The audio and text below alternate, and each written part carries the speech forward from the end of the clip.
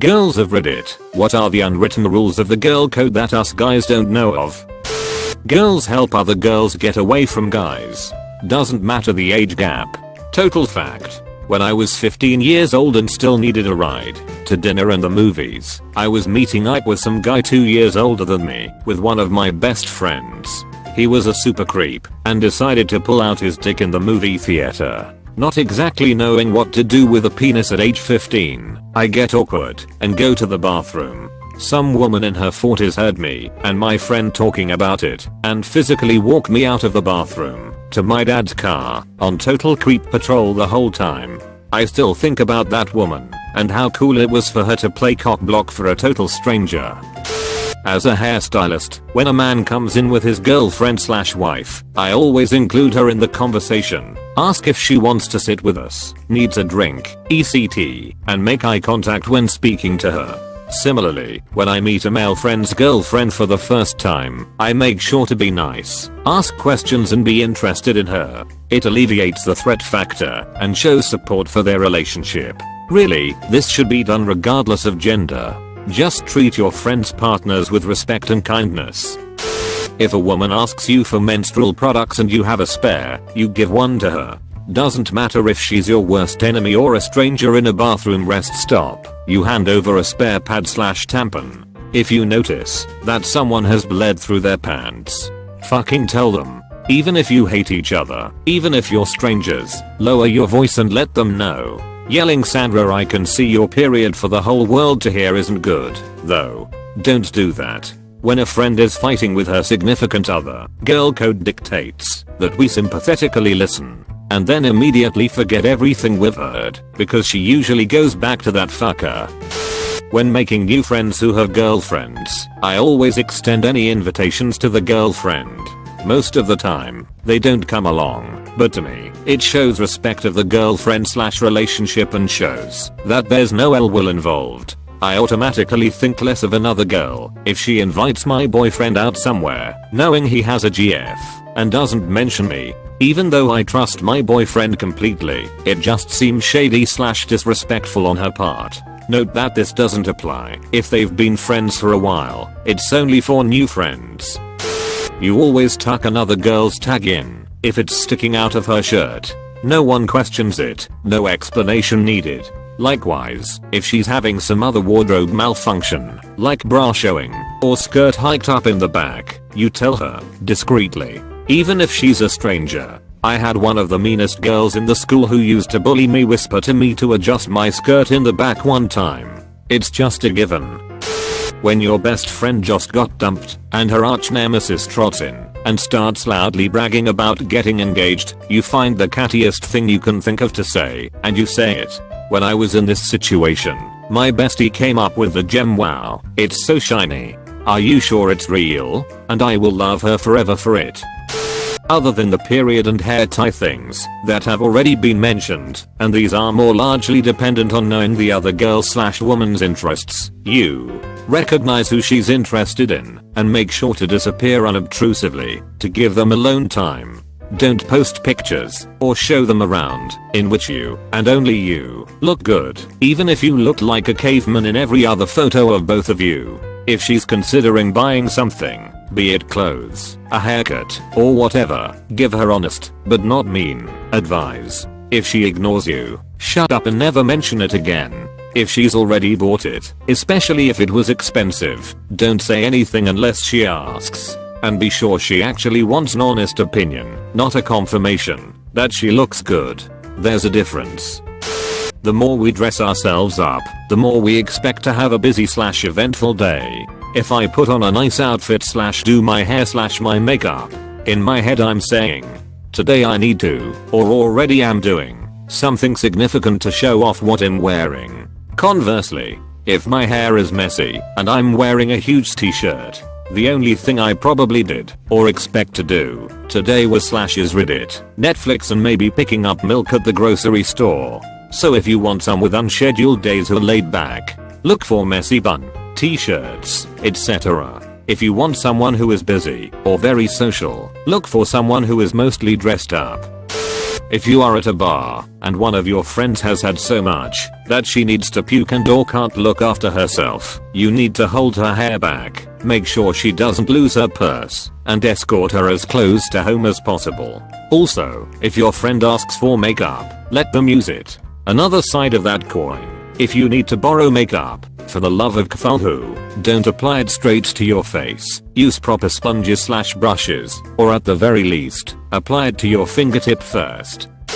Always ask the other girls around you if they want to go to the bathroom with you, even if you're not that close with them. Let them borrow your extra hair tie/bobby pin, even though you know there's a 97% chance you won't get it back. Ask before dating a friend's ex-crush/ex-BF. I always make sure to remind all my female friends how pretty and smart they are every so often. It isn't easy being a woman, and a lot of women aren't comfortable with their bodies. For me, it is of the utmost importance to remind my female friends how pretty and intelligent they are, and how much they mean to me. Letting someone know about a MACUP meltdown. I love MACUP. I work in a nursing home. Thermostats are always fucking set to 80 in the rooms, not ideal for keeping that MACUP looking fresh. Sometimes my eyeliner will transfer to my upper lid, mascara will flake off, sweat stripes through my foundation, etc. I get so pissed when I don't have time to go to the bathroom for 3 hours, thus not available to check myself out in the mirror and find out something on my face is all jacked up. I always discreetly tell someone if something is off, because that's your face. That's where people are looking. Same goes for hair malfunctions. Like if a girl has a smooth ponytail, but I can see a random loop of hair sticking out, maybe it got caught on a ring or earring or something, always say something. Gotta help a sister out, yeah no.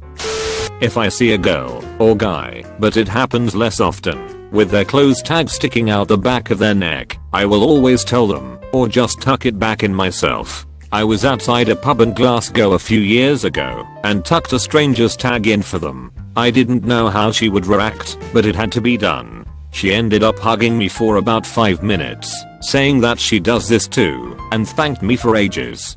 Small gesture, which I think would mean nothing to guys, but as a girl I would appreciate it if someone did this for me. I'm not a girl, but I'm a firm believer that the girls network exists. The girls network is a system by which all women will simultaneously know what each other do about a particular event within a 5-mile radius. A girl finds out her boyfriend has been cheating on her. At that moment every member of the female gender within 5 miles will know he's a cheating bastard, even if they don't know him.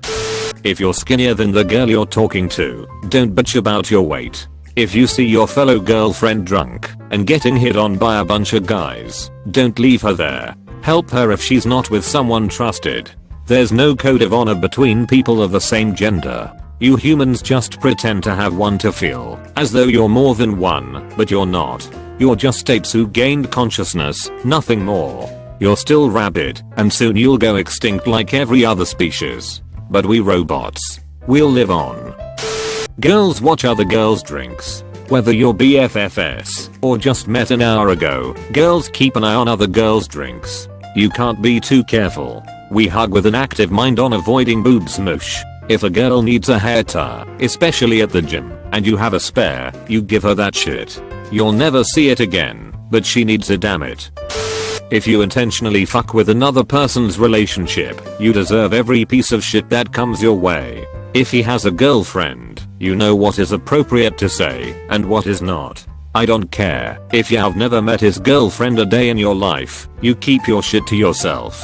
Upon meeting a woman in any situation, you typically compliment something they are wearing. Options can include jewelry, shoes, purses, clothing, accessories, hairstyles, makeup, etc. They will then compliment you back.